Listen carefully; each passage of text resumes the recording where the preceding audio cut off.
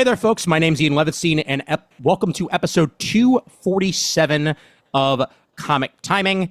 And the gang's all here because it's been a while. And hello. Exactly. We've been a while, so we're back in style. Hello. Shane, welcome back to the show. Always happy to have you. Thank you for having me. It's my pleasure, Mike. Of course, it's the Murd. The Murd's here. Adam Murd. How are you? Doing good. And Chris Eberly is there. And let me just get an out for his sake. El Levy Poo, everything's better right now. Excellent.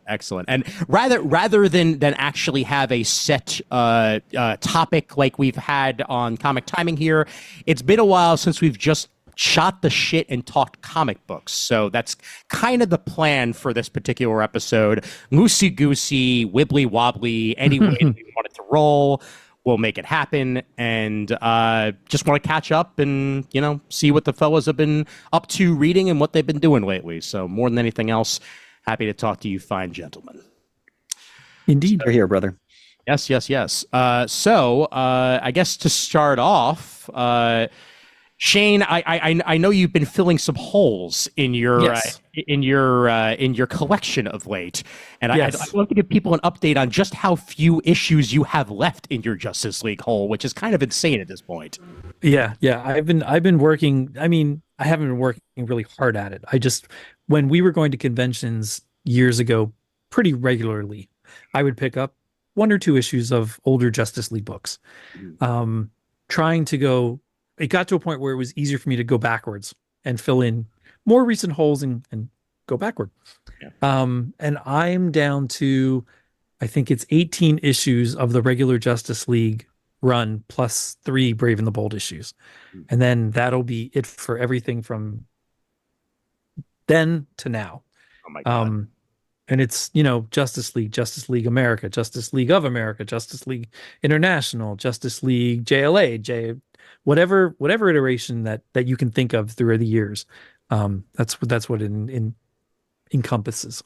Wow. Shane, I didn't realize you had all the other volumes as well. I thought you were just talking about volume 1 here. Oh, no. Wow. So when I started with Justice League in like 87, the Giffen DeMatteis McGuire one, I went to a store in Pottstown called Turk's, and my aunt Phyllis, got me a $25 gift certificate to Turk's one year for Christmas. And between Christmas and New Year break, I went on my regular, when I could. And he was having a sale on back issues, and I can't remember if they were a quarter a piece or a dime a piece, because this is like 1988. Yep. So I picked up a ton of old Justice League books, and old was like, I don't know, 200 to 261, that era of back issues. And I read a lot of them. I don't remember them from back then, because again, we're talking almost 40 years ago now. But that's where I started, between the current Justice League title going forward, and then that grouping of books that I got, and then going backward. That's over the last 40 years. That's what I've gotten to, is down to these last 18 issues. Wow. But then, Justice League became, and it always really was, I mean, Batman was my favorite character for a long while, and he's still high up there, but now I have like Jack Knight, Starman to contend with, Booster and Beetle. All of those are kind of in the mix. But at that time, Batman was on Super Friends and superpower shows and Challenge of the Super Friends, and so I loved the grouping of heroes, much like Jamie used to always say, you get more bang for your buck when you're reading a team book, and I always appreciated that. So Justice League quickly became my favorite title to collect, and that's the bulk of my collection that I keep, is Justice League stuff. A lot of other things come in and out, and I'll sell stuff, get stuff, give away stuff, whatever it is. But Justice League's a mainstay for me. Now here's the important question for me, Shane. How many doubles of collections do you have of Justice League Unlimited? Sorry, Justice League International. So Justice League International, I have the regular issues. Then I have the very first version of the trade, which was, my God, A New Beginning. And the second trade was The Gospel of Maxwell Lord. And that's all they came out with for a very long time. Then they re-released them within the last 20 years, smaller hardbacks of various volumes leading up to the continuation of the story. And I think there's 4 or 5, maybe 6 that came out in hardback and trade. But then they got to a point where they only released a few trades. They didn't do hardbacks anymore. So I have all those trades. Then I have the first 2 volumes of the omnibus.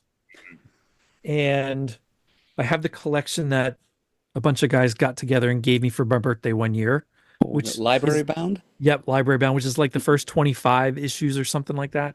And then I have a newer version of the first trade paperback that came out. So that's 1, 2, 3, 4, 5 versions of that. And then they just released a new, like, Marvel Epic collection. Think Marvel Epic collection size and feel, the kind of paper, the weight of it. Yeah. And they released that in the first volume of Justice League, and that has like the first 15 issues in it. So I just got that as well. Yeah.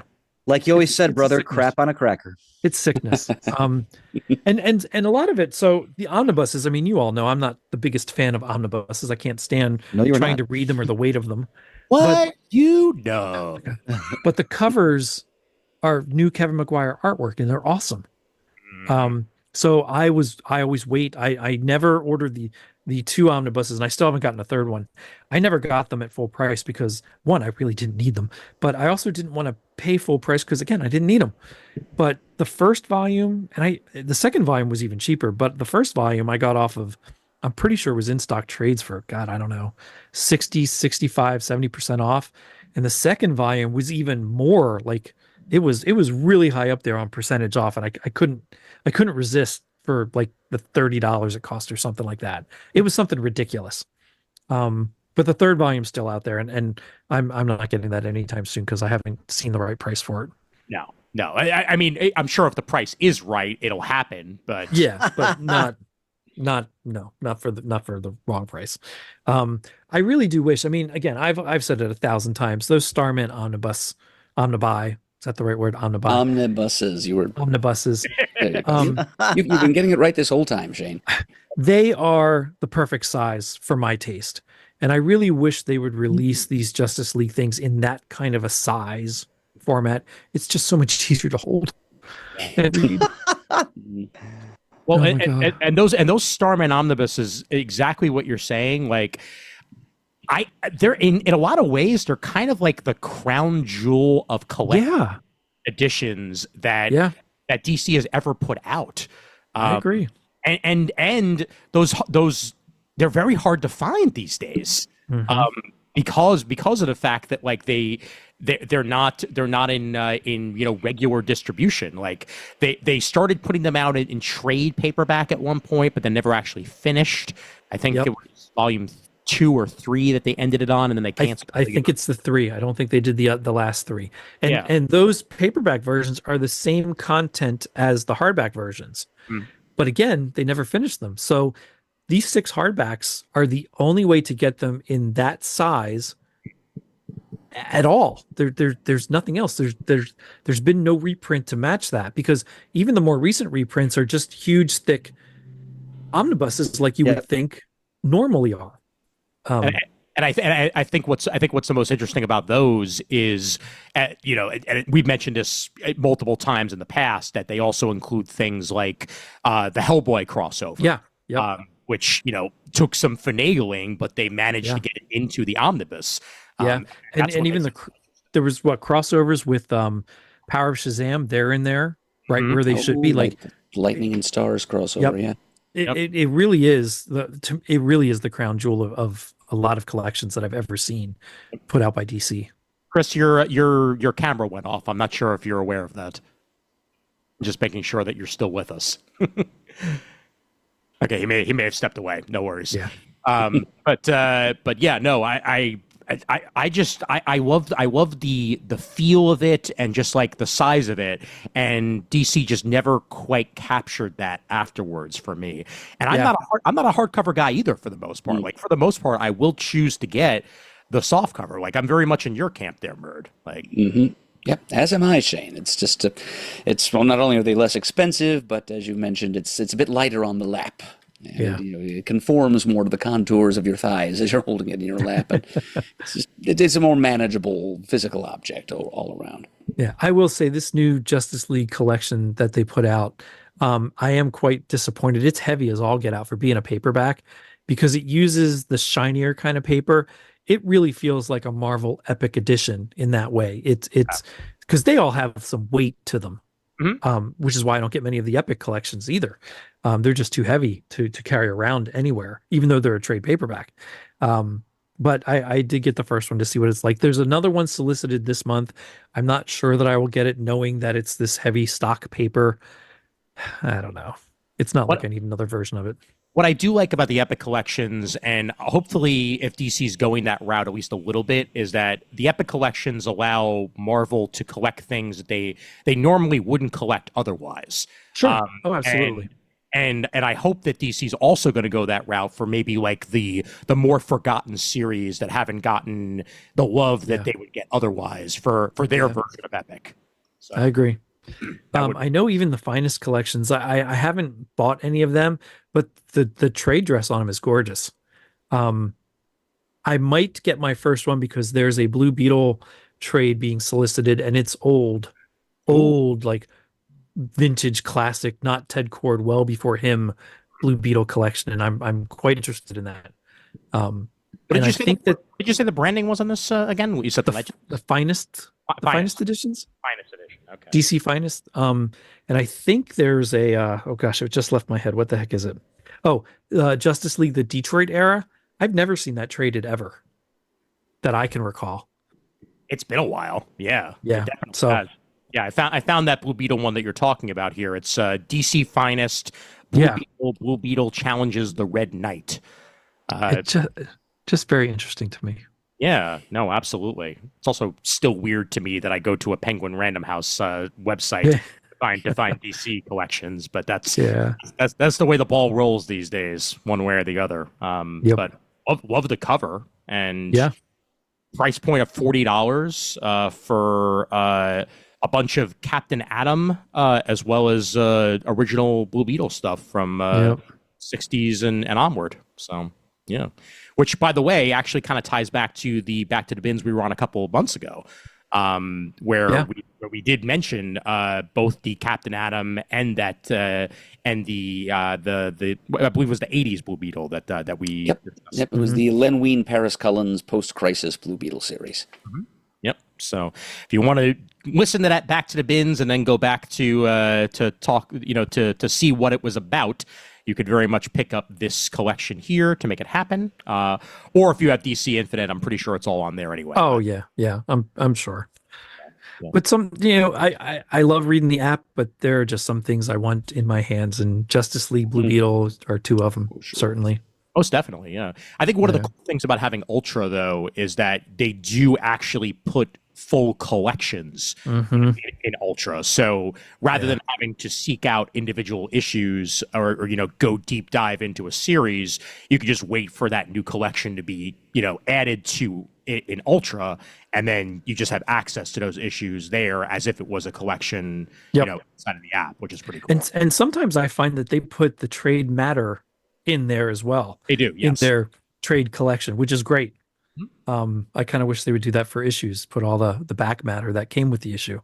I agree. Yeah. For all the letters columns that I've missed out on over the years for not actually reading through, then I feel you on that. Marvel Unlimited includes it. DC tends not to. But then again, DC hasn't really had a letters column in God knows how long at this point. Oh, yeah. It's been ages. Yeah.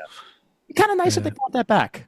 Now that I think about it, like if Marvel manages to do it, whether it be through digital emails or message boards or however the hell they manage to do it these days, because it's certainly not letters, I'll tell you that much. Oh yeah. Skybound does it because it's in all the G.I. Joe and Transformers stuff, or at least is it in all that? I know it's in some of it because I was amazed that it was in some of it. Just the fact that there were letter pages.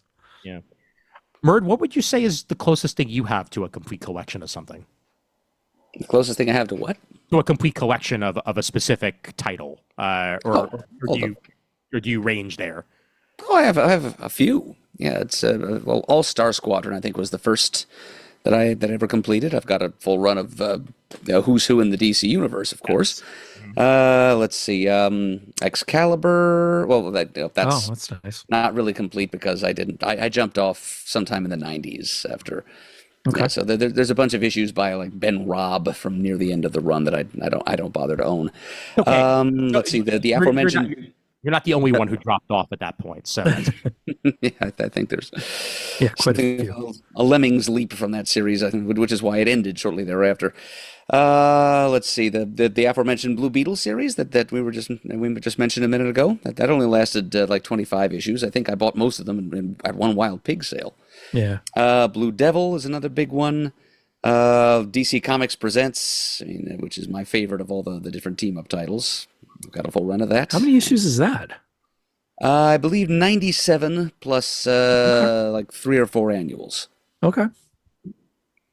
Yet there's still a few issues of Marvel Team-Up and Marvel 2-in-1 that elude me. And Brave and the Bold has been tricky because that goes all the way back to the 60s, and some of those early Batman team-ups from that era carry a higher price tag. of course, yeah. I mean, Yeah.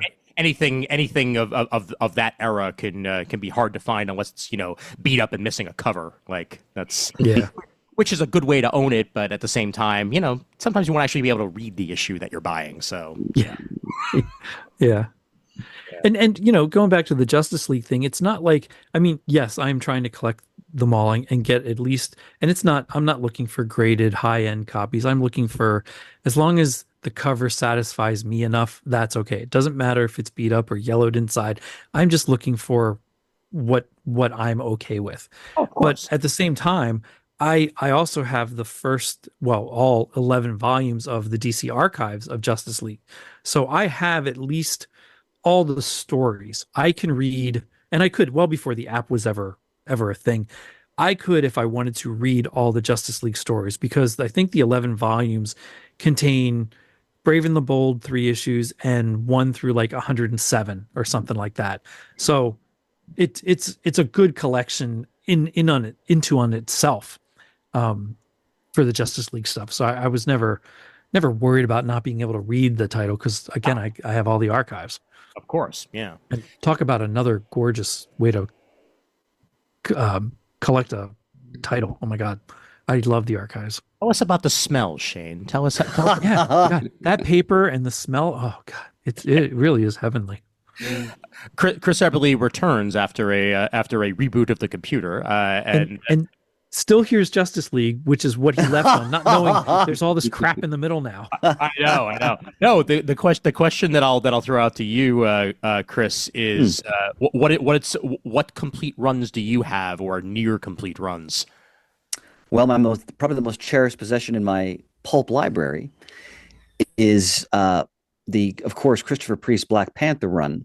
So quite a few years ago, my dear friends, and you know them as well, Ryan and Dan, as a birthday present, what's the company that used to bind comics? Library Binding. Yeah, that they sent the books to Library Binding. They got the whole run because as after it was completed, and they gave it to me as one of the best birthday gifts I've ever received. Love it. Nice. So that's a great way to own it too. Like all in one package. Yeah. Yep. Yeah. Yeah. Well, it's actually 2 volumes, but they're cherished. Although the collections that Marvel put out a couple of years ago is also a pretty good way to own it. They are, yeah. In fact, to tell listeners if they're interested, I say that they're probably like $30. I think the 3 or 4 thicker bound soft covers, and it gets you the whole series. Very nice, very nice.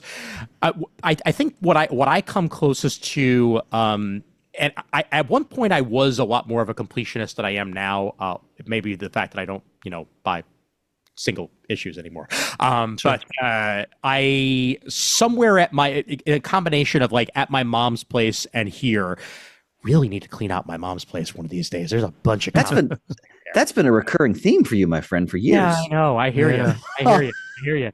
And it still hasn't happened. Anyway, but nonetheless, I have a complete collection, I know, of the original Ultimate Spider-Man.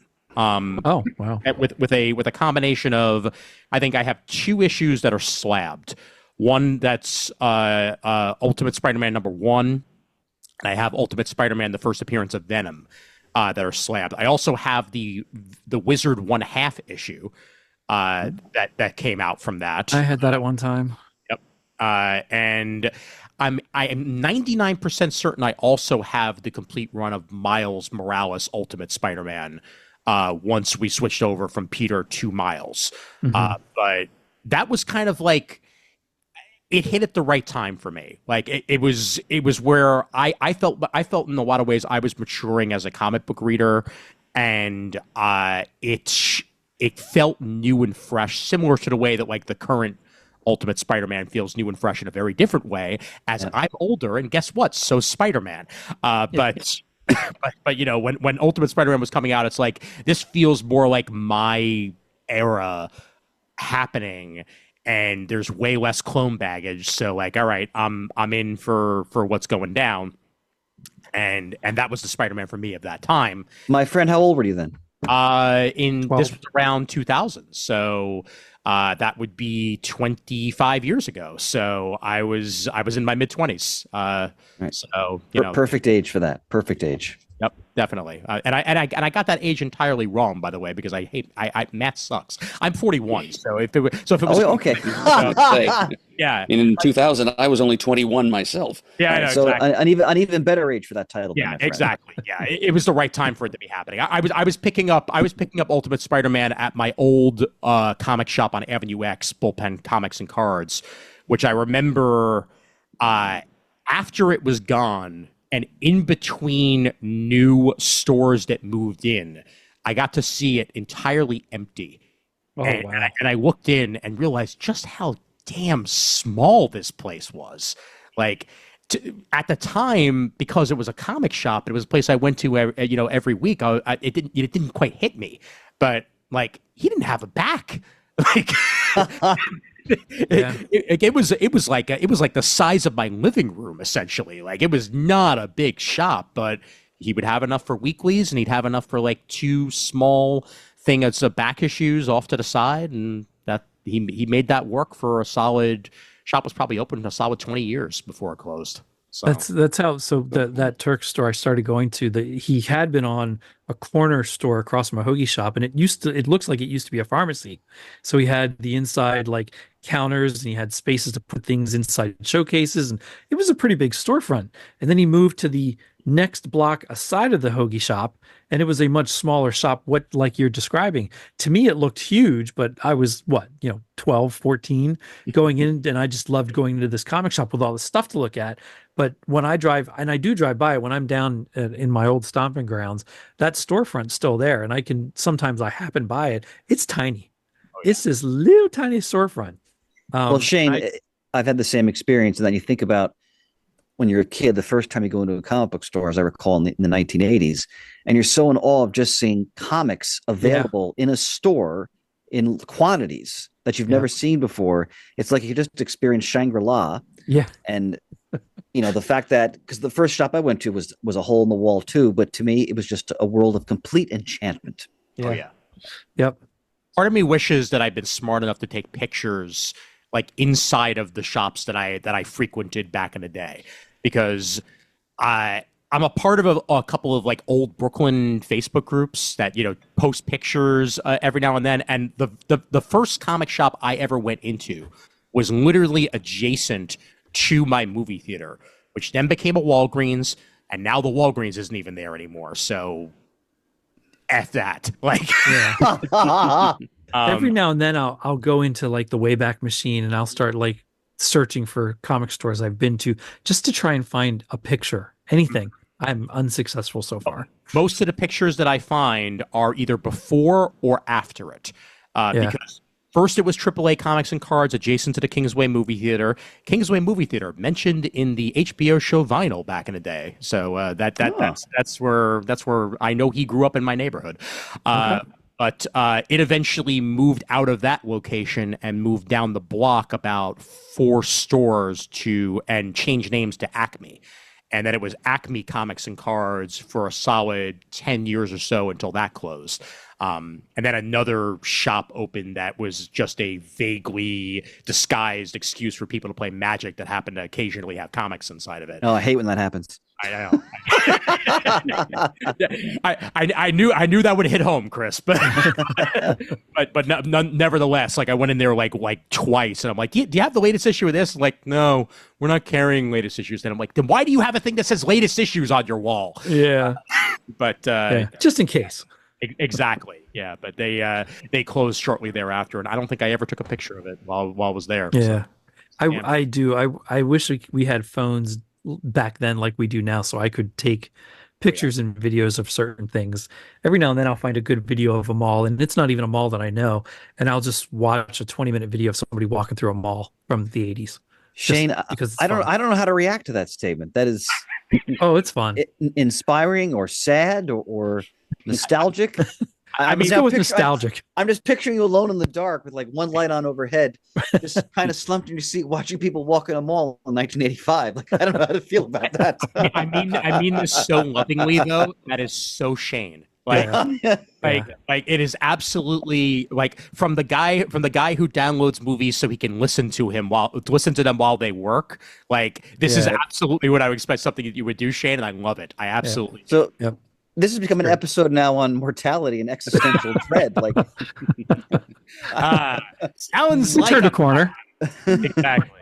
Oh my god. We turned a corner. Terrific.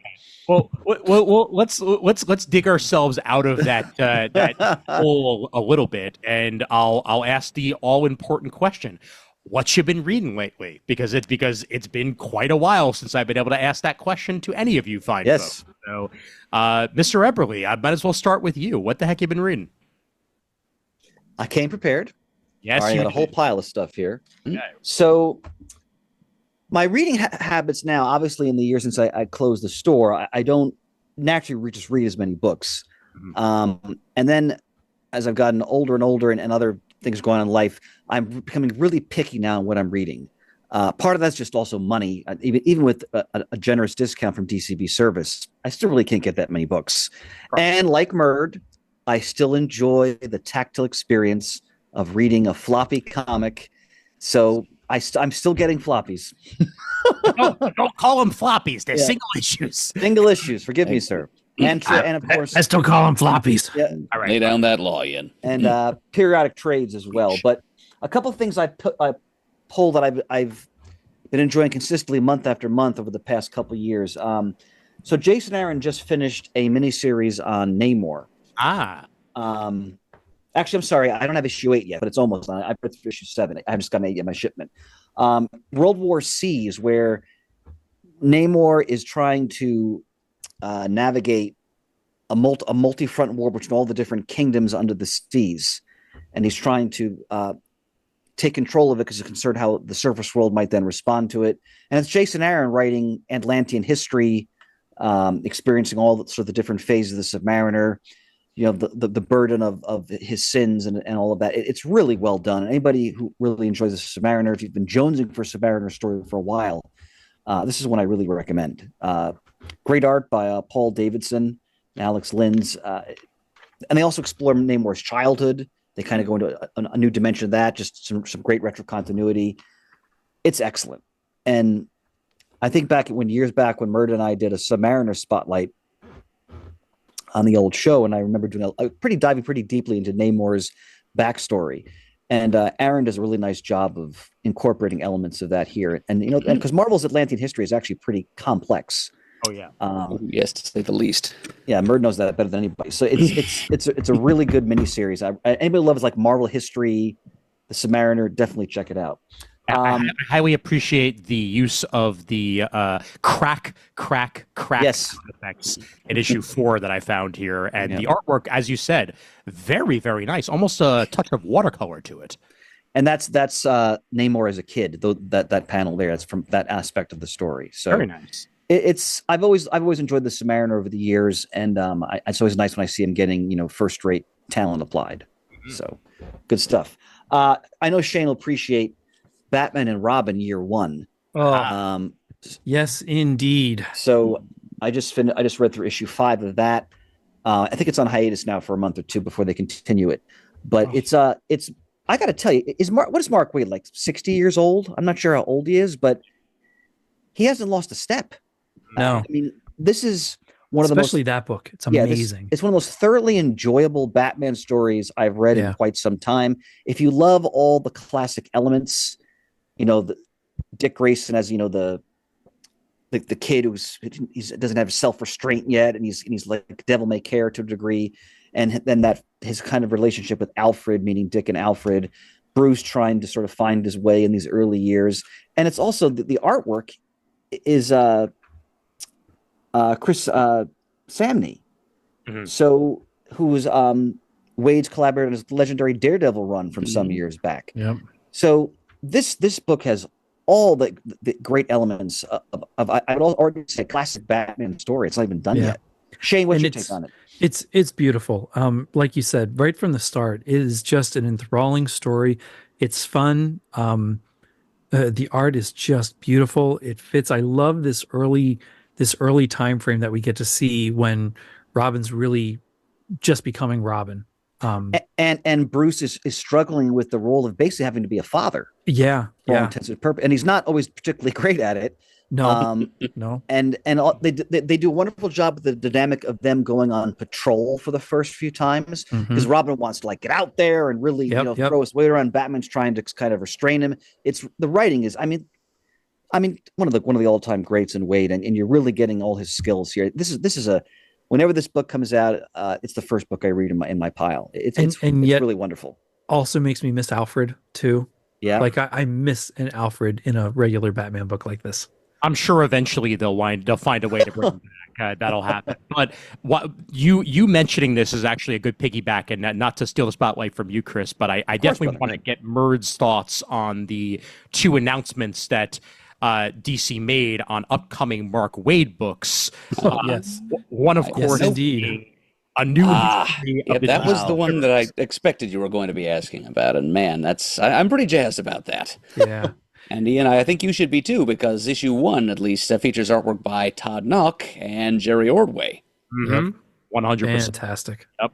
And along with that, there's also going to be the We Are Yesterday crossover, the first major crossover of DC All In, starting in April, which is of course also being led by Mr. Mark Waid. So this man could do everything. He slices, he dices, he makes new DC history. Like this is what this man is made for, and I'm so happy that he's getting the opportunity to do so once again inside the DC universe. It's just it's perfect. It absolutely is. Yeah, and I'm looking forward to that new history of the DC universe. I enjoyed the Marvel history that he had done. That was wonderful. A couple years ago. Wonderful. Yeah, with Javier Rodriguez. I think. Wonderful. Yeah. Look at they even got the Unknown Soldier on that cover. Woo! They're going deep here. Chris, it gets far more obscure than that. There's somewhere or other there is a 2-page spread featuring like every single character or at least every single significant. There it is. Every single halfway significant character that appeared in a Golden Age DC quality or Fawcett comic book. Mm-hmm. Yep. Holy mackerel. Talk about a great poster. Oh my God, I would love to have a poster of that. Here's the full image. Hopefully, if I click on it, it'll actually open up to a larger version of it. Yes, heroes, villains, supporting characters. Holy mackerel! Oh my! Like humor strip characters, like funny animal characters. Everybody from the Justice Society right on down to Casey the cop. And it's also such a wonderful homage to George Perez as well. Yes, I was thinking that. And the type of productions he used to put out. Yes. Yeah, I love the car in the middle that Superman picks up. Yes, Lois is on the trunk of it. Dr. Fate's so prominent, which kind of surprises me. Mm-hmm. Yep, and it's Superman with the oldest. Right, the police oldest badge shield version of his S shield. Yeah. Mm-hmm. Yep. Notice Woozy Winks is behind the wheel there inside the car. Plastic Man wrapped around it. Just amazing. And this does look to do kind of what they were almost trying to do that what they were trying to do before Dan DiDio got fired, which was the quote unquote 5G initiative, which was supposed to make everything relevant, like literally. The entire history of the DC universe happened in one way or another, and they were going to try to explain it. I'm glad this does not have the naming of 5G because that was incredibly stupid. was. Um, Yes, it was. but this seems to take the bones of that and will somehow kind of be like resetting it where again everything is relevant. The reverse Crisis on Infinite Earths, perhaps, if initiated the right way. And we'll just have to see whether or not that does actually wind up happening here. But yeah, it's going to be a hell of an event. Yep. Definitely has me interested. Me too. Me too. Floor back to you, Chris. Oh, sure. A couple more. So Shane and I have talked about this before too. The new Energon GI Joe book. Yep. I'm holding up issue 4, which has Cobra Commander on the cover, and it looks like that's Ripper. Let me see. I can't remember what The Dreadnought with the red sunglasses. Yeah, that's Ripper. And they're in a Stinger Jeep. And let me tell you, if you're a GI Joe fan and you're concerned that this may not be the kind of GI Joe you like, it is. It's just a new version of the characters. They're introducing them just in a different way, but it is the same characters. They're incorporating elements of different facets of GI Joe's both animated history and Marvel history, in a sense, in the story. This is excellent. Like I look forward to this every month too, because Joshua Williamson really knows the characters, but he's introducing them in a different context. Yeah. So that there's twists in things you don't necessarily expect, but it still all works. It's a delight to read. Yeah, it really is. And it like Chris said, there's twists to it. There's characters that aren't in the places that they should be, or right. what I perceive could change over time. And if they don't, then it'll be interesting to continue storytelling the way it is. And also the only thing I will say, because I don't want to spoil anything for maybe those who have an interest and haven't read it yet, they're Cobra's certainly ahead of the game right now. Oh yeah, G.I. Joe's not winning very much yet. No. Well, there aren't even that many Joes. No. Initially, they're certainly taking it on the face right now. Go ahead, Shane. Ian, I'm sorry, please. No, it's fine. I was just going to interject that something that I was very happy to see when I was able to attend Toy Fair a couple of weeks ago is that when I was at the Hasbro booth, they were promoting these comic books. They were promoting the Transformers book. They were promoting the G.I. Joe book. They had the collections on display, and they're like, we're very happy that these are happening, and that they're 10 poles for us, and that they're getting the word out there on G.I. Joe and Transformers, and hopefully getting a new generation interested in the books that may not have been before. It's a step in the right direction. It absolutely is. Yep. Yeah, and I would say reading just G.I. Joe, that's great. But if you can read Transformers and Void Rivals too, phenomenal. They are starting to really come together in some ways, and I can't wait to see what happens when they really have something happen that affects the entire universe that we're reading about. And I would also add that they've done a whole host of miniseries. Yeah. The Duke one is excellent. The Destro one is really good. Cobra Commander one was good. Cobra Commander was good. Cobra Shane, Commander, I haven't read Scarlet. I think you did, though. Yeah. Cobra Commander and Duke came first, then Scarlet and Destro. They're all great. But my order of favorites is really how they came out. Cobra Commander, Duke, Destro, Scarlet. Cobra Commander is brutal. It is not a fun-loving cartoon version. This is, he's calculating, he's ruthless. And to piggyback on that, they even incorporate Cobra Law with this in a way that works. Yeah, and it's really good. Yeah. It's really, really good. It's a good book. They incorporate it without having to scream Cobra. La, la, la, la, la, la, la, la. You just got to read it, honey. Yeah, you just got to read it. Experience it for yourself. And go ahead, Shane. Go ahead. They're starting to leak some Joes and Transformers. Well, they read Void Rivals. It's much better. I did not think out of all of this Energon universe, I thought that would be the one I would give up on, and it's phenomenal. It continues to be good each and every month. Transformers is phenomenal. The artwork's great. It's really something reading these. They are what I pull off and read first off of any shipment I get. Just a couple more to mention. I'll cede the floor. Tom King's Black Canary, best of the best. Mm. Ooh, I have that's good too. issue 4 in my hand. So I haven't read a Tom King story in a little while, and I've raved about his work for years. And let me tell you, the guy just continues to really up his game and meet expectations, if not surpass them. So Ryan Sook art, so that's another great bonus for this. But it's the narrative framing device. The story is the Black Canary, and is it Lady Sheba? Mm-hmm. Right? The two of them have had kind of a sensei student relationship Right. over the years. Yeah. So they decided to have this boxing match. And it's all about, as Black Canary is going through the match, she's also reflecting on her past relationship with her mother, the Golden Age Black Canary, and how she pushed her, Ted Grant, and Ollie Queen as well. So they're going very much into her past, and they're applying it to how it is going to affect this fight. And the fight is brutal. Yeah. And she goes into it as the underdog. Like he has a great framing device where he has like the announcers at ringside kind of taking you through the fight.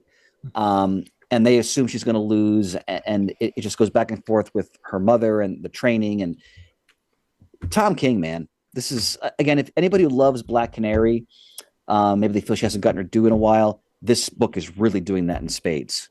Yeah. So I really recommend that. Once again, a wonderful use of sound effects on the page that I pulled up here.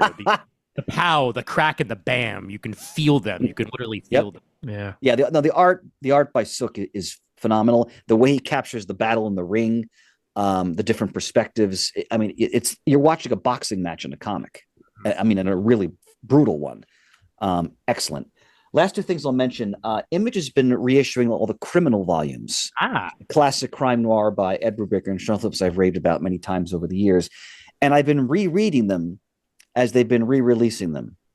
And I'm up through volume 3. And I haven't read them since they first came out, I guess starting in the 2000s, I want to say maybe. Yep. And they're just as phenomenal now as they were when I read them however many years ago. I mean, again, anyone interested in a master class in the crime comic by, I think, the greatest creative team working in comics today. Look at that. Nice. This is the copy that I own off of the storied Amazon glitch sale from many years ago, where a whole bunch of hardcovers and deluxe editions were listed for like 85% off. And this was one of the ones I managed to score before they fixed it. And it was this and one of the old X-Men crossovers from back in the day that I wound up getting deluxe hardcovers of, and so worth owning. It's so wonderful. It really is. Yeah. If listeners really enjoy, crime noir in film and novel and comic, this is as good as anything you're going to see in any medium. And they've developed, because there's been many volumes, they've developed a whole overarching history and storyline of the characters. And I believe there's going to be a series on Prime, if I remember correctly. At some point it's supposed to be, yes. Yeah. So, and the last thing I'll mention, I picked up Savage Sword of Conan, the magazine, the new version of the classic magazine, issue 7. And again, for years, I've been raving about the new Conan comic, written by Jim Zub, art by a Galaxy of Stars like Roberto de la Torre, for example. And I grabbed this issue because Roy Thomas returned. Wow. The character he brought from pulp fantasy novels into comics back in the 1970s with Marvel. And he does it's like a 48-page story, Conan, Mark of the Beast, with art by Roberto de la Torre, one of the great artists of the current series. And let me tell you, Thomas has not missed a stroke here. His writing is as strong as it was in any time he was writing Conan in his heyday back in the 1970s. De la Torre is deeply inspired by the art of the master John Buscema, who's one of the great all-time Conan artists. Again, if you love, the feel of Conan, the sword and sorcery, all the sort of the semi-history, semi-myth world of all these different kingdoms, and the art is just breathtaking. It really is. And it's Roy Thomas writing Conan. I'm home. That's great. Yeah. So that's my field report, gentlemen. Excellent. Fantastic. Murd, the field is yours. All right. Well, while Chris is still warmed up, let me just introduce something that I think is going to elicit at least one moan of ecstasy from him, because I know this is a book he's praised before. It was released in a big fat compendium edition not long ago, and I've just worked my way through to the end of it. Whoa. Oh, man. Wow. Sandman Mystery Theater Compendium 1. So right now, I'm in the late 19th century. I'm at a fellowship gathering, and everybody's going to show their affirmation by pounding the table with their fists. Or their shoes. Nice. Yeah, so this is the Vertigo series, as written primarily by Matt Wagner and secondarily by Stephen T. Siegel, with artwork by various, but initially and most significantly by Guy Davis. And this volume collects the first 36 issues of that Vertigo ongoing. There's hopefully going to be a second compendium eventually. I think it was even solicited, but I don't think it ever saw print. And I'm waiting with bated breath at this point, because this covers issues 1 through 36 plus the first annual. We haven't gotten as far as the Sandman Midnight Theater special yet, which is the first issue of this I ever read, actually. Murd, was this your first time? My first time reading, I'd read issue number 1 some time ago, and I'd read the aforementioned Midnight Theater special, which delves deeper into the connection between Wesley Dodds and Morpheus, Dream of the Endless, as seen in the more famous, at the time at least, Sandman character in DC stable, as brought to us by Neil Gaiman. So even in the ongoing, there are little hints here and there as to the influence that Morpheus had on Wesley Dodds, who was one of DC's earliest costumed mystery men, after all. Identified by some, especially in the post-crisis era when there was said not to have been such a thing as a Golden Age Superman and whatnot. He's looked at as kind of the genesis of the DC Golden Age, or alternately the Crimson Avenger, depending on whom you ask.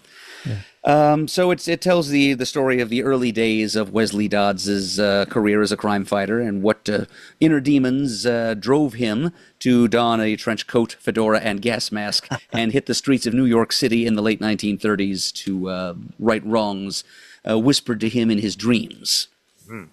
Yeah, so he goes out there. He has a butler who did kind of his own Alfred named Humphreys, who helps him in this quest. And of course, he meets the love of his life along the way, a socialite and daughter of the police commissioner, Diane Belmont. And Chris has praised this book in particular over the years for its depiction of the mature romance between those two individuals. And the fact that it's a Vertigo book allows it to shine a light into the rarely depicted in graphic novel form more carnal dimensions of such mature relationships. That was just worth the price of admission. That was stuff, really. Very well put.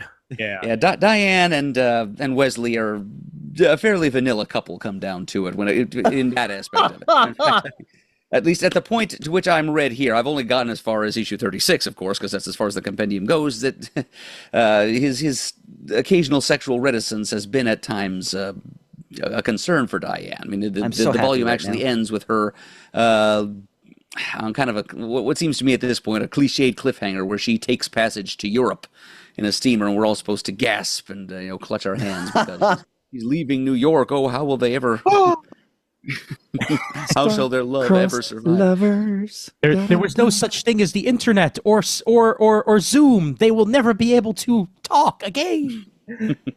Let me tell you, though, all joking aside, this book for me in like the mid to late 90s when I was reading it monthly was my favorite comic book reading experience of that period. I mean, for me, a lot of the superhero stuff wasn't that great in that period. Yep, and it being the early 90s, you probably had a point. Yeah, and SMT, as I'll call it, just like Murd said, the relationship they captured between Wesley and Diane was so well crafted. Like just their attempts to communicate with each other, the insecurities. It's phenomenal writing, and also it's such a pulpy noirish book. And it's the golden age, but it is like the dark, seamy underbelly of the golden age. Yep. That is what I would say is my favorite aspect of it, Chris. It holds up a more realistic, less distorting mirror to its setting, to the 1930s New York than was available to the young cartoonists who actually produced the golden age of comics. Exactly. So while, the more brightly clad heroes are sort of up in the skies among the spires of the city, Wesley's down in like the subterranean levels dealing with the most malevolent, deviant, criminals you can imagine. It's great stuff. It really is. if our overlords at Amazon are to be believed, Sandman Mystery Theater Compendium 2 will be released on August 26, 2020. There you go, Murd. Okay. So All right. It I'll be is looking late for summer that read. solicitation for sure.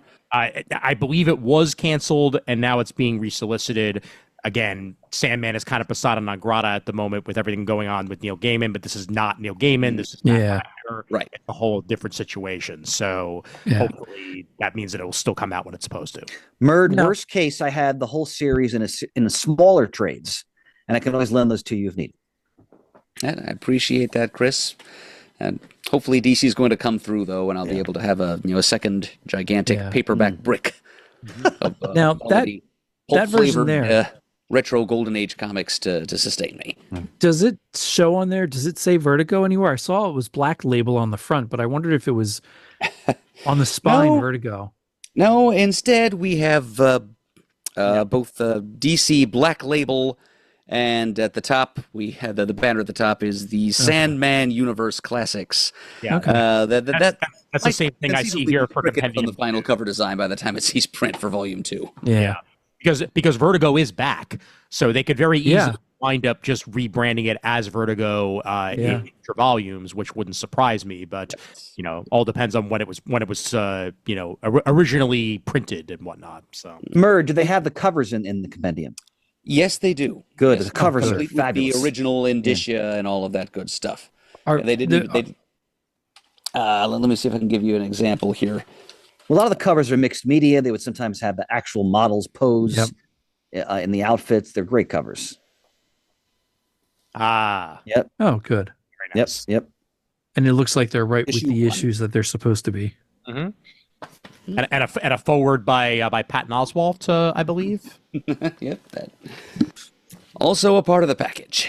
Murd, I may have to pull a Shane and buy that, even though I already have all of the volumes from an earlier run. Because I have to go over and look You at won't get crap on a cracker, Chris. That's good. I have to go over and look on myself. I can't remember if I have a couple of the trades or if I have that compendium. Have you read much of SMT, Shane? No, I haven't. It's been sorely missed in my reading history. Well, it's not exactly the same flavor as Robinson and Harris's Starman, but it's a close cousin. I mean, witness the early crossover there, the Sand and Stars arc, which introduced Wesley Dodds to the Knight's world. Yep. And so I think you would enjoy it, Shane. Oh, I'm sure I would. Murd, I've been feeling like going back in time a little bit with my DC reading, and I know it's available on the Infinite app, and I may very well have to delve into that myself. It's kind of I'm kind of in like a noir mood of late. So it's, something like that really feels This like it comic needs has to be the held. mood to suit your mood, Ian. good. Yeah. Good. I Very good. appreciate the inclusion of like period historical detail in there as well, which is always fun to see. And here and there little touches familiar to the DC superhero reader. Like close to the end of issue number 36, just before Wesley learns that Diana's left to go to Europe, he muses to himself, "And perhaps the time will come when my dreams urge me to turn my actions toward defending a society greater than just New York City." Because he's pondering what the moves Hitler was making at the time in Europe. Because the book does a great job of reminding you that, the 1930s is a very foreboding time when it comes to the world stage. And that's always creeping in around everything as well in the series. Yes. And speaking of creeping, he's, as Chris mentioned, he fights some of the most chilling, deviant, criminal serial killer types this fictional version of New York has to offer. Huh? If it's each 4-issue arc is named after whoever his opponent happens to be, except for the one arc that's entitled "The Hour Man," when he meets a fellow fledgling Golden Age mystery man and a future fellow Justice Society member. Nice. It's also fun to read. Will the whole series be in 2 volumes? I think that's Yes. how it was planned. Yeah. That's great. I think it was about 70 issues or so, if I remember correctly. Okay. So it should Yeah, be. Perfect. It even says here the compendium collects the second half of the series. It'll be Mystery Theater 37 through 70 and Vertigo Winter's Edge issues 1 and 2. Okay. Perfect. Right. Let's change gears pretty radically here. I don't have much in the way of single issues to discuss here because, as usual, it's just stuff from 2007. And also, I've been involved with the theatrical side of my life lately and haven't read a lot of single issues, but I do have several collected volumes on my nightstand. I have 3 here, of which the SMT Compendium was one that I've been working my way through gradually. And this is something that I first picked up to read on Christmas Eve of 2024, and I've now gotten almost all the way through it. From Fantagraphics Books, The That's Complete great. Life and Times of Scrooge McDuck. I've had both volumes of this in my possession for some time. There have been a couple of volumes of that in the CGS studio just taking up space, but I finally got around to opening it and finding out what the fuss is about. And it is The Complete Life and Times of Scrooge McDuck Volume 1 by Don Rosa. Yes, not to be confused with the dean of Duck Comics, Carl Barks, of whom Mr. Rosa is an ardent admirer. This is actually collecting a 12-issue arc that was published back in the early 90s. And it was kind of Don Rosa's attempt to do for classic Carl Barks Scrooge McDuck stories what was done by stories such as the Saga of the Submariner, for example, or even Avengers Forever. Those were maxi series that attempted to take a long, tumultuous, randomly spun history of a certain character or group of characters and weave them into a more coherent, linear whole. And he did that. You could call this the Scrooge McDuck saga. This is Don Rosa's original storytelling attempt to make sense out of decades worth of Uncle Scrooge stories and come up with a definitive single chronology for this singular old skinflint's life. Telling from dating back from his childhood in Scotland in the 1870s all the way up to his chronological first appearance in the Donald Duck comics in 1947. In a Christmas-themed story, which I have in an old Donald Duck treasury someplace. Ooh. Nice. And it's got his... Mr. Rosa, he is a worthy successor to Carl Barks because he is a master comic storyteller in his own right. It's fun just looking at... just the artwork he produces to tell the story of young Scrooge's adventures and finding his way in the world, making his fortune gradually and haltingly, learning life lessons as he goes. You get to see all kinds of members of his family, all kinds of duck supporting characters and ancestors of duck supporting characters, like the genesis of the Beagle Boy gang, for example. Nice. The father or grandfather of scientist Gyro Gearloose, just to name a couple. Scrooge's kid sister Hortense, who would eventually become Donald Duck's mother. Ah, Right, yeah. Wow, we got a whole family tree here, Murd. Oh, yeah. Yes, absolutely. There's a whole duck phylogeny to wade through here, if you will.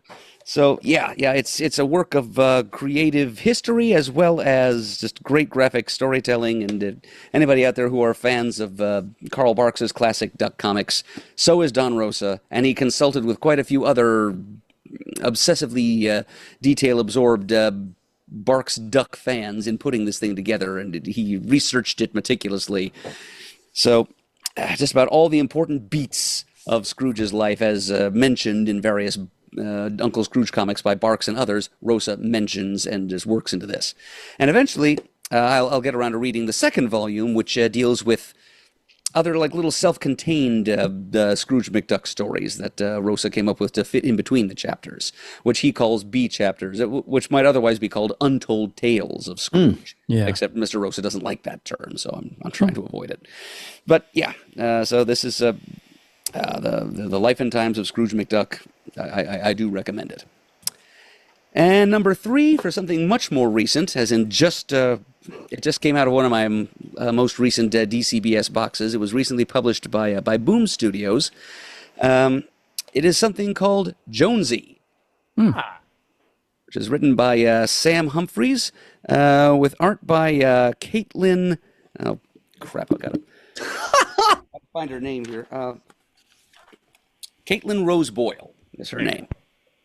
All right, and it's the story of a approximately 13-year-old girl named Jonesy. Not well, her actual name is Josephine, I think, and she's the daughter of a donut restaurant owner. She has a pet ferret. She publishes her own zines, and oh yeah, by the way, she has mysterious powers that allows her to make anyone fall in love with anyone or anything she wants, except herself.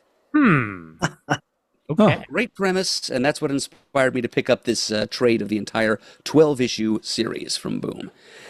Now, Ian, have you read this by any chance? I have not, and it's been on my radar, so thank you for reminding me that it exists, because I think both myself and Martha would really dig this. Just even looking at it. Yeah, Martha might.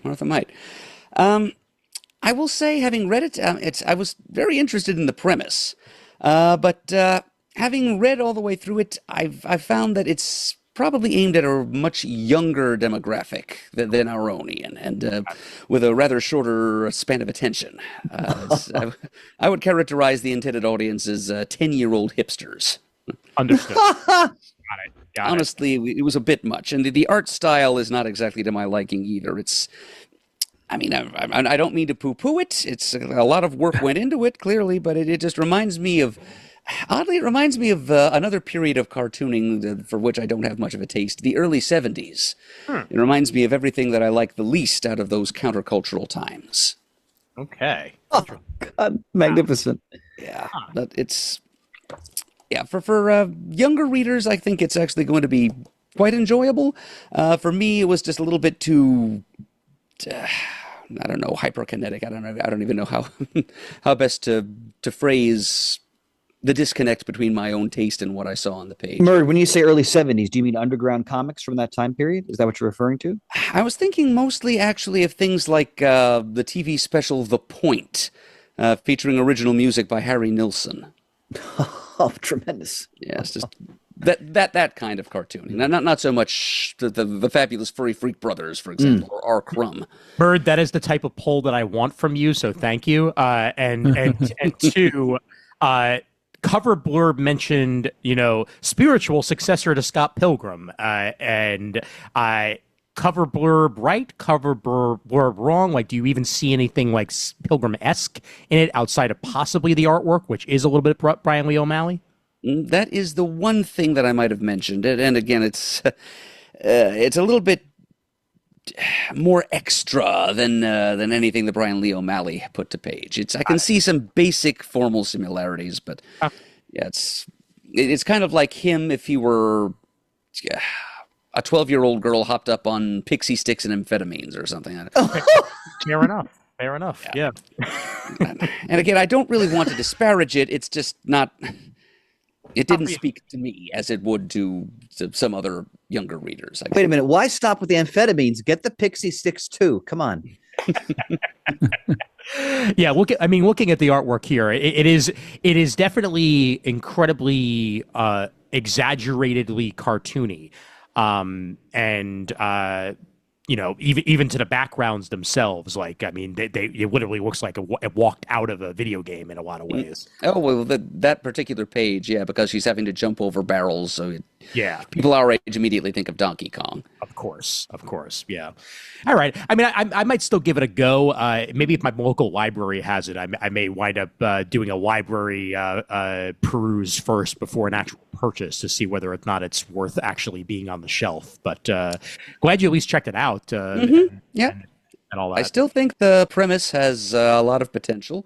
So maybe, I don't know, maybe eventually Humphreys and company will come back and show us a glimpse of Jonesy when she's a little older and has a little stronger grasp of both herself and her love powers, which of course she uses it for occasionally selfish. And then this does, to the creative team's credit, come back and bite her in the end. She learns a moral lesson about it and about herself. And the final page is Jonesy turning out to the reader and focusing her love powers on them and commanding them. You will fall in love with yourself and with all the things that make you feel different, all the things that make you unique, because you are wonderful and you deserve to love yourself, and you must love yourself first before you can go anywhere and accomplish anything and make this world a better place. But just a great place to end it, I think. Yeah. It's a strong the thematic note to strike to send the young readers out into the world and love themselves, and thereby love the others that they encounter. As a man once said, "You're good enough, you're smart enough, and gosh, people like you." Yep. Mr. Rogers. How authoritative was Murd's Well, finger? that was pointing, by actually the way? Stuart Smalley. Yeah, I thought He has a few things in common with Mr. Rogers. Yeah. It can't be denied. yeah. Yep. SNL's Mr. Rogers, basically. Put it that way. Not to be confused with Mr. Robinson, SNL's other Mr. Rogers. Yeah, that's definitely different. Definitely different. Yep. Oh, Definitely different. Yep. Good polls, Murd. Mm-hmm. Excellent. I'll step in with a couple things, and then I'll throw it over to Shane. I may have mentioned this in the last episode that I recorded, but I'm going to mention it to you guys nonetheless because I know it's going to be for your ears as well. And I didn't get a chance to really do a lot of reading behind the curtain. I've been a little bit ill this week, so haven't really felt like braining a lot. So it's mostly just been vegging out in front of the TV and stuff like that. But in the previous weeks, I did get to go to the theaters and see The Day the Earth Blew Up, a Looney Tunes movie. I'm wondering about that. This is a film that almost did not get release. Basically, Ketchup is it Ketchup Media or Ketchup Studios? Ketchup Entertainment purchased the rights to release this movie from Warner Brothers, and they then distributed it throughout multiple territories. And it's doing pretty well for them. They've almost made their budget back at this point. And I think once it's released on digital, they probably will make their money back. So they did a lot better than they ever thought they were going to with this. And it is very much an old school Looney Tunes movie. It is 2D animated through and through, computer coloring, obviously. And no like big celebrity voice actors or anything like that. Like the closest we get to a big celebrity on this is Peter McNichol, who plays the Invader. And Wayne Knight is in there playing the mayor. You know, there'll be voices you recognize, but like Eric Bauza voices Daffy Duck and Porky Pig in this, because that is Daffy and Porky, like he has been for years now, and he's continuing that. He's basically this generation's Mel Blanc because he's doing a lot of the Looney Tunes characters and a lot of other stuff besides. 100%. Yep, and it is old school in absolutely the way that I wanted it to be. It is a slapstick, ridiculous movie. You get the quote-unquote origin of how Porky and Daffy were raised. They were literally raised by a over-the-top farmer who is statuesque and barely moves a muscle and is animated in a completely different style than them, who literally one day walks off and says, "Take care of your home, boys," and just walks off into the sunset, and that's supposed to symbolize that he died. And now it's the two of them living in their home, trying to have it not, mess up. And then there's an alien craft that lands. In the process, it blows a hole through their roof, and now they have to find the money in order to repair the roof and save their house, all while crazy alien shenanigans are going on, mostly involving bubblegum. And I will leave it at that. It's Invasion of the Body Snatchers. It's so many different things combined into one here, but it's at its core Looney Tunes. Spoilers: ain't no bugs to be found, and doesn't need to be. This is a Porky and Daffy vehicle, and a love interest, Petunia Pig. Gets introduced as well, but played by Candy Milo. She is a flavor tester, and it's her mission to find the perfect flavor that will make you steam out your ears and be like, "Wowzers, this is the best flavor I've ever tasted." And she works for the gum company. There's some I Love Lucy bits with the gum company because at one point, of course, Daffy and Porky wind up working there. On the conveyor belt? On the conveyor belt. Yep. Oh, jeez. Yep. Very, very I Love Lucy moments in there as well. Really just a super fun, entertaining 90 minutes that you just really should seek out and enjoy. And it almost didn't come out, and because this came out and it did as well as it did, now the almost unreleased Acme movie is going to be I released. saw that. Yeah. So Acme v Coyote, I think it is. Or, Yeah. Acme v Coyote is going to be released again by Ketchup Entertainment. They purchased the rights to do so. And this is a vehicle where Wile E. Coyote is suing the Acme Corporation for wrongdoing. And it's a live action animated hybrid featuring the likes of John Cena and Will Forte. And all the people that have seen this so far in screenings are like, this is a hit. And Warner Brothers was literally going to kill it. They were gonna bottle it up like they did Batgirl and never release it. And Ketchup Entertainment finally was able to procure the rights, and now that will be released for them. So terrific. yeah. Okay, Ketchup, get that Batgirl movie next. Yeah, right. that thing, we're going to be 90. We're all going to be in our 90s, and that thing's probably going to finally squeak itself out from the crevice that it's. Yeah. Well, I'm just glad that the Daffy and Porky one got released and the Wile E. Coyote one's going to be released. I've loved all the new stuff that has been on HBO Max with the Looney Tunes. So this looked very much akin to that. So I've been excited to see that at some point. And they've now pulled almost all that Max stuff. So it may wind up on like Tubi and places like that. Heck, it might even end up on Netflix because I've seen a lot of Warner Brothers stuff end up on there in the last few months, years. It's possible, yeah. So crazy. I have a question about the Batgirl film. Was that actually fully filmed and completed? Yes. I think the filming was done. Yeah, they just had to do effects and maybe some retakes, but yeah, it was filmed. Basically, final effects is what needed to be done, and most final effects was done. I believe they even filmed an orchestra, and I believe they even orchestrated it. Like it was. Oh wow! It was ready to be released, and they did not. It's so ridiculous. Yeah. So, thanks, Zaslav.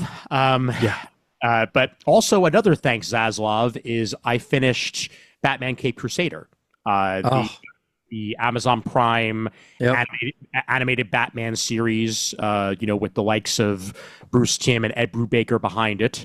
And I had started it, and I'd mentioned it on Comic Timing that I had started it. I've now since completed the 10-issue run. 10-episode run, and I was satisfied with the conclusion. I think it's got its own style and personality to it. Very much going towards that 1920s, 1930s bent for Batman. And I like a lot of the redesigns of the characters. I think what they did with Two-Face worked incredibly well in the run of the series, and they're very much teasing that we're finally going to get the Laughing Man himself come season 2. Yeah. So I want to see what they're going to wind up doing with Joker, definitely in future seasons. But was thoroughly impressed with it. I think they did a really good job. I thought that was well done as well. Mm-hmm. And the other series that I just finished, I just completed the season 5 and what could very well wind up being the final season of Harley Quinn. And I have to catch up on that. I'm like 3 seasons behind on that. Okay, Shane, both Kite Man Hell Yeah and which is still a wonderful name for a series, and Harley Quinn are superb. This last season, season 5, takes place entirely in Metropolis, so it's a change of setting, and it's not that much of a spoiler to say because they literally give it away in the first episode of this season. Your main villain is Brainiac. Wow. And they get Stephen Fry to voice him. Oh boy. Talk about perfect Brainiac casting. And like we get more backstory for Brainiac here. It's a great design for him. And as the story progresses, we understand why he is who he is. And that's what I love about the Harley Quinn series, is that you go into it thinking it's just going to be this slapstick R-rated slap in the pan type of show, and instead it actually has a lot of depth to it, and we get a really sad story as to why Brainiac becomes the person that he is, wanting to bottle cities and why he's so obsessed with perfection. So well worth checking out in there. Plus the change of scenery for season 5 gives an entirely new life to the show because you get Lois Lane as a main character. That's cool. We're dealing with Lena Luthor here rather than Lex we've dealt with in previous seasons. Aisha Tyler is the voice of Lena Luthor in this, and she does a great job with the material.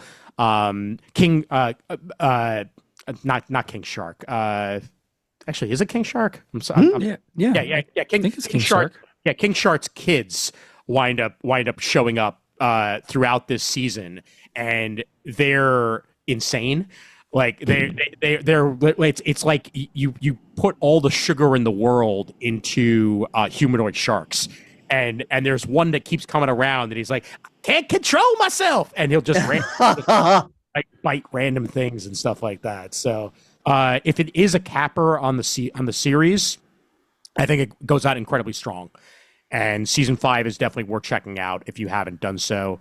Catch up when you get a chance, Shane. I think you're really I'm actually impressed that they got to 5 seasons of it. I mean, I think most animation, no matter how many episodes, generally goes to 3. Mm-hmm. So to have anything that goes beyond that is fantastic to me. Especially when it comes to Max, because Max loves canceling things. That's just they sure do. That's just kind of what they do. They sure do. Yeah. But I'll end on one more media thing that I saw, mostly because it's comic book related and Murd, it's theater related. I got the opportunity. I won the lottery to see one of the preview showings of the Boop musical. Now, yep, this is a full Betty Boop musical. That is now performing on Broadway. It started out its initial run in Chicago, and then pretty much everybody from the Chicago run transferred to New York and is now performing it live on there. What I'm showing on the screen right now for those of you watching the video is the bows at the end with the full cast. So you can see basically what their costuming looks like.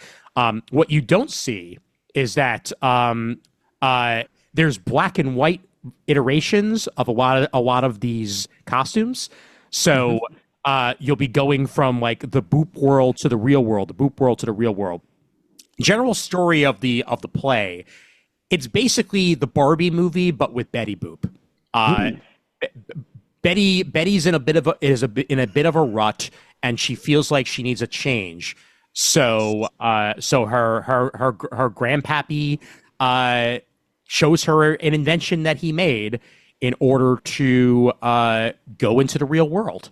And she sits down in a chair and she gets transported into full color.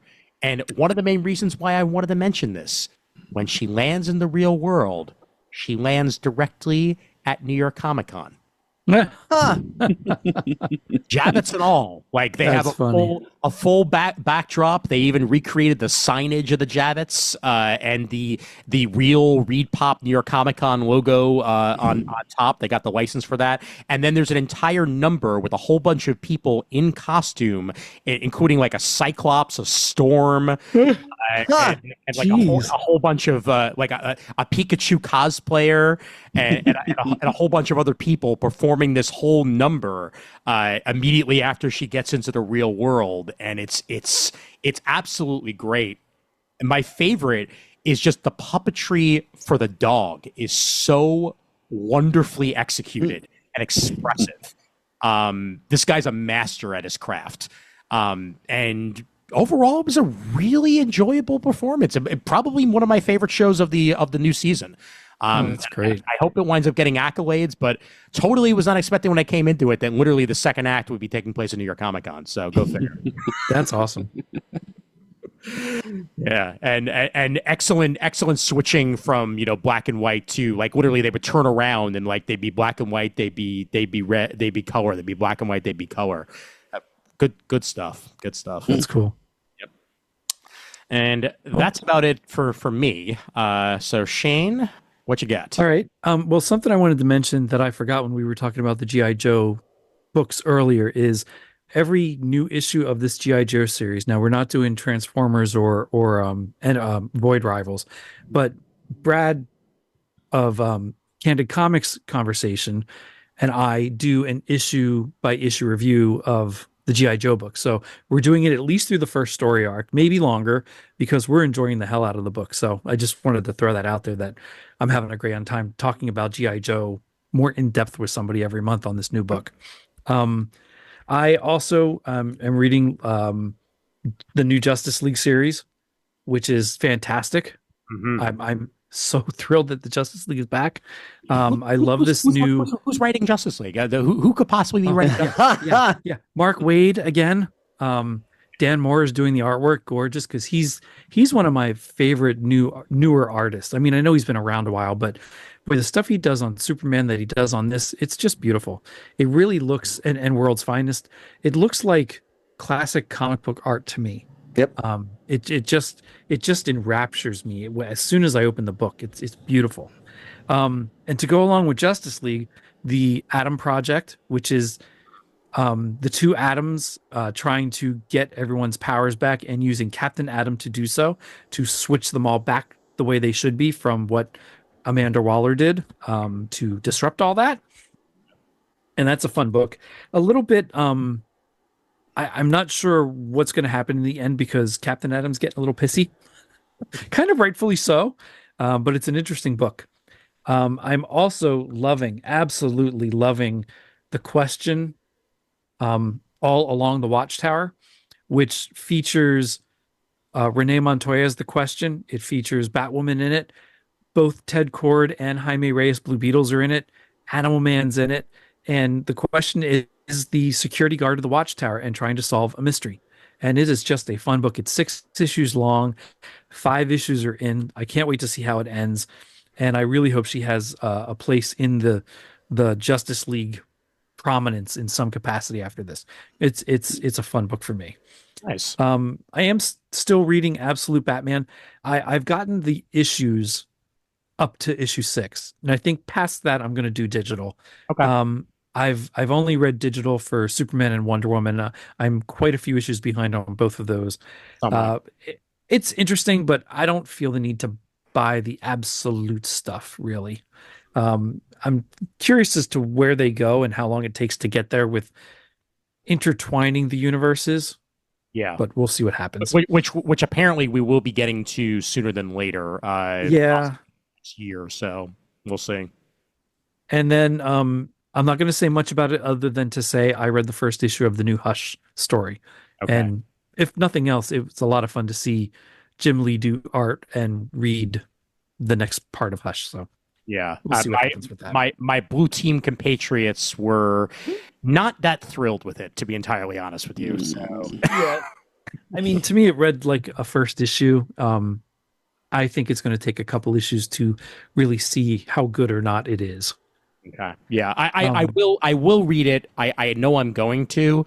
I don't know if we really needed a Hush 2. Well, and especially since we're going to break in the middle of it, and the second part's going to come sometime later, maybe, sort of. Is Jeff Loeb writing that? Oh, yeah. It's the whole entire original creative team back again. Yeah. So that's cool. I mean, it's the first sequentials we've gotten from Jim Lee, and I can't say how long. Yeah. That's something, but I also don't know if we needed that. So yeah. I did see a version out there of a very, very oversized version, like even bigger than Tabloid. And I wish I would have seen that somewhere to look at it.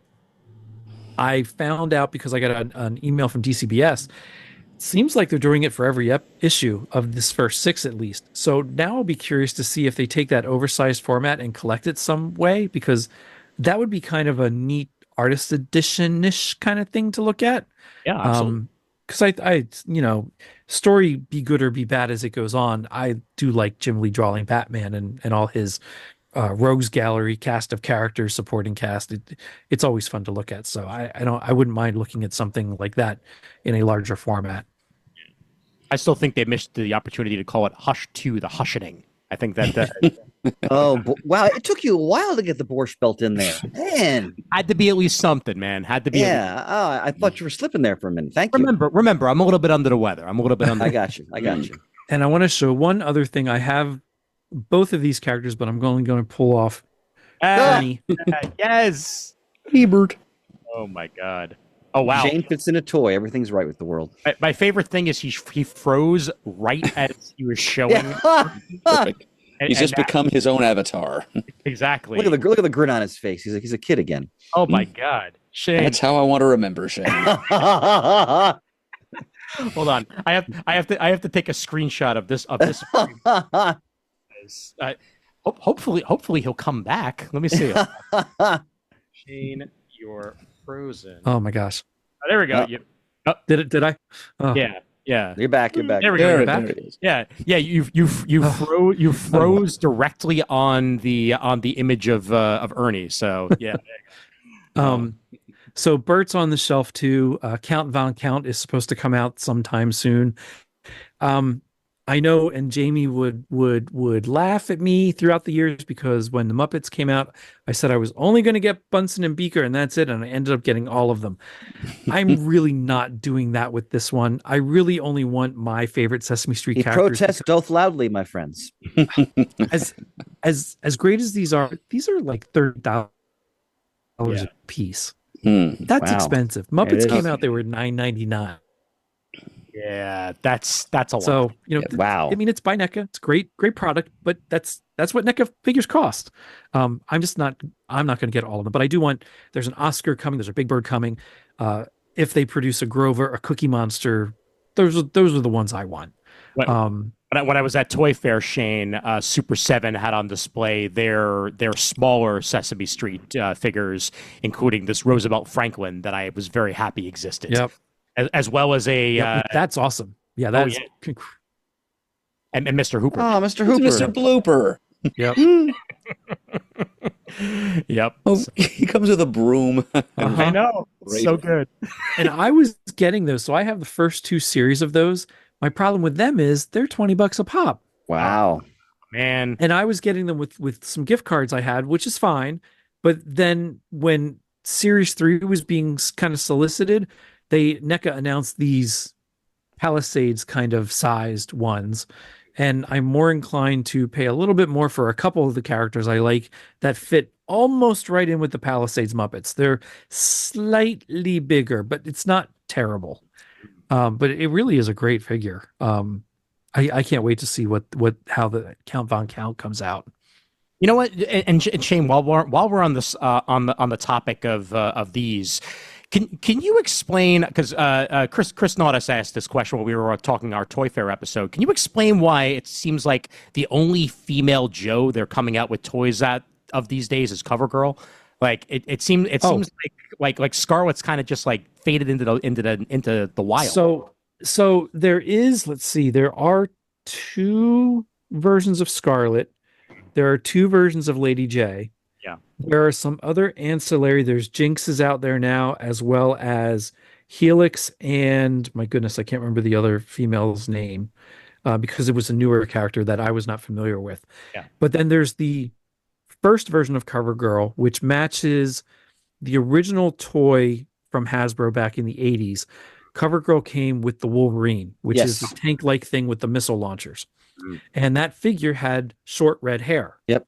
Then the cartoon for the Mastodons came out, Yep. and she had long blonde hair, which is also kind of what you see. I think the comic has the long blonde hair. The Marvel comic? I can't quite remember. I think it was brown hair. Maybe brown hair. Yeah. But the cartoon certainly had it as long blonde hair, even to the point where the first G.I. Joe movie with Dennis Quaid as Hawk, CoverGirl was an Australian with long blonde hair. So that's where you get a couple different iterations of CoverGirl. It's really because of the way the original toy came out and the way the cartoon depicted her. Got it. Levy Poo, even when you're under the weather, your production skills are top notch. Look at that. Yeah. Also, while I'm here, as Murd, I'm not sure if you got to see it when I shared it to these other gentlemen, but Super 7 is coming out with Micronauts figures, and they've got Biotron and Baron Karza available for purchase. And I made Ryan Drost very happy when I showed him the picture. Sure. Now, you had shown the G.I. Joe figures, like 4 of them or something. Yes. What's important about those figures now that are coming out by the same guy, who's produced? I know they're all branded Reaction, but who's the company? Super 7. Super 7. Those figures are all O-ring figures. So they are very much almost identically designed as the old G.I. Joe Hasbro figures were. The first few years, gosh, it's been probably 2 or 3 years now, of G.I. Joe Reaction was very much like Kenner Star Wars, 5 POA, no swivel arms, no twisting waist. But all of these newer ones, they come with O-rings, so they very much fit in with the G.I. Joe of the 80s figures. Okay. So they're definitely going for the retro aesthetic as much as possible. Yeah, yep, they totally are. And Hasbro's licensed it out because Hasbro started to do a couple like redos of O-ring things and then just stopped. And a year or 2 went by and we kind of all thought they were dead, and then these started to come out. Now I'm not getting these. I have enough with the classified stuff. I'm not getting into these. Probably a good idea. Probably a good idea. The other thing I pointed out on that Toy Fair episode is that the Reaction logo, they're 100% going for the Kenner logo as much as possible. Yeah. Yes. Yeah, totally. Good call, Ian. Yeah. And they've been doing that for quite a few years now. Oh, yeah. Yep. Absolutely. Yep. All right. Well, this was a heck of a lot of fun. Yeah. Yep. Before we go, I just wanted to acknowledge how sad it was to see that Val Kilmer passed. Oh, yeah. Yes. Thank you. By the way. Yeah. Obviously, from our little part of the world, he played Batman. But speaking as a lifelong movie buff, he was a wonderful actor, so diverse. Yeah. He was a great character actor. He could be a great leading man. He did pretty much every genre. So I was really sorry to see him die at such a young age. Yeah. For me, it's and I haven't seen this one as much. It's Top Secret, A Real Genius, Willow, Top Gun, Batman Forever, At First Sight, Top Gun Maverick, and Heat with him and Robert De Niro. Heat is right? classic. Yeah. I also recommend Kiss Kiss Bang Bang. Oh, yes, I forgot about that one. Which is a delightfully entertaining, kind of like a noir, but it's really fun. Yeah. And if you haven't seen the documentary about his life, that's wonderful. I heard that was excellent. I haven't seen that yet. It's fabulous. On Amazon Prime, serving as his father's voice because Val's own throat had been ravaged by cancer. Yeah. I didn't know that when I started watching it. I couldn't figure out when or how they recorded this. And then, that day or the day after, I figured out, looked it up and saw that his son had voiced it. He sounds identical. And then amazing. In Top Gun Maverick, how they were able to use, a combination of, computer generation and AI to essentially have Val speak in his voice for that short amount of time he was on camera for Maverick. Which I thought his son had something to do with that too, a little bit. I think he might have, yeah. And but that was wonderful. Absolutely, yeah. But Val on Amazon Prime, definitely do check it out. Definitely watch that. Very much goes into what happened in his life and how he was really at a good point in his career and in his goals when it hit. He was just about to do a one-man show, I think on Broadway actually, and that's when the cancer hit. And unfortunately, it was downhill from there. So yep. But also wish we had the opportunity to see his full Batman movie, because I know that there is a cut that they've been talking about releasing, which hopefully... Oh, I didn't know this. Really? Hopefully they will do it now. But there's a whole lot of, Bruce Wayne stuff that was cut from... Which I thought he was very good at. Yeah, that's part of the character. Yes. Oh, yeah. Absolutely. It was not the reason that movie was what it was. Yeah. No. And there's a lot more. There's a much more character focused edition that I believe has been screened by Kevin Smith a couple of times throughout Hollywood of Batman Forever that I hope sees the light of day now. Yeah. Oh yeah. I hope so. Yeah. Yep. That would be great. So, gentlemen, Chris, I'll let you say it since it is your phrase after all. But it has been In our advancing middle age, we've shot our bolt. and it is a tonic for the spirit. Yes, oh yes, that goes without saying, more than ever. Absolutely. Thank you guys for joining us, and You bet. Thanks for having me. no problem. Sooner than later, we will have a retro review. Yes. Yep. Talk about. We debated about that for tonight, and I actually kind of shot that down because I didn't know if I could get it in to watch it. No, that's fine. If you want to remind the folks out there what it's going to be, it's just Night of the Comet. Yes, a movie I've never seen. Looking forward to this. Yep. Silly post-apocalyptic. And let me see if it's still available where it was available. I'm looking forward to the bad '80s effects, Shane. Oh yeah, There are those. Night of the Comet is available for free on Tubi. It is also available for rental on multiple platforms or purchase. So plenty of places that you're able to watch it and check it out. Yep. Yeah. You can see it on YouTube with ads. There you go. Fantastic. Nice. All right. And also coming soon, will soon-ish, will be a book review that is up to Murd's interpretation. Yes, that's right. Or to him picking a pick. I have chosen a front runner, which I will submit to you gentlemen off mic. All right. Good to me. Excellent. All right, and with that, I will go ahead and bring us to our closing remarks. But before I do, a friendly reminder that if you like hearing us talk, we are also on Back to the Bins episode 663. Yes. Known as Decades of Heroes. That was released on March 29th. It will eventually be airing on this feed as well, but if you want to listen to it before then, Paul Spataro has that episode out, and we picked 4 books from multiple decades, 2 Fantastic Fours as a first and last book, with a Batman and a Supreme in there in the middles. So good stuff all around. Always fun to go on Paul's show. Oh, yeah. Great time.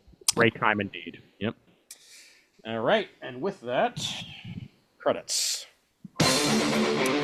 The email address for Comic Timing is comictiming@gmail.com, facebook.com/Comic Timing for any of our conversation.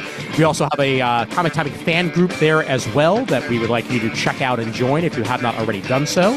We're on Instagram as Comic Timing Podcast. We're also on Threads as Comic Timing Podcast. And we're on Bluesky as Comic Timing. Of course, you can find video versions of this podcast at Comic Timing Podcast on YouTube as well. And you can see what Shane and Chris are currently doing. Just trying to throw me off my game, but it's not going to happen. It's not going to happen. We thank you all once again for joining us here. And as always, there's always time for comics. What a revolting development. It's clobbering time.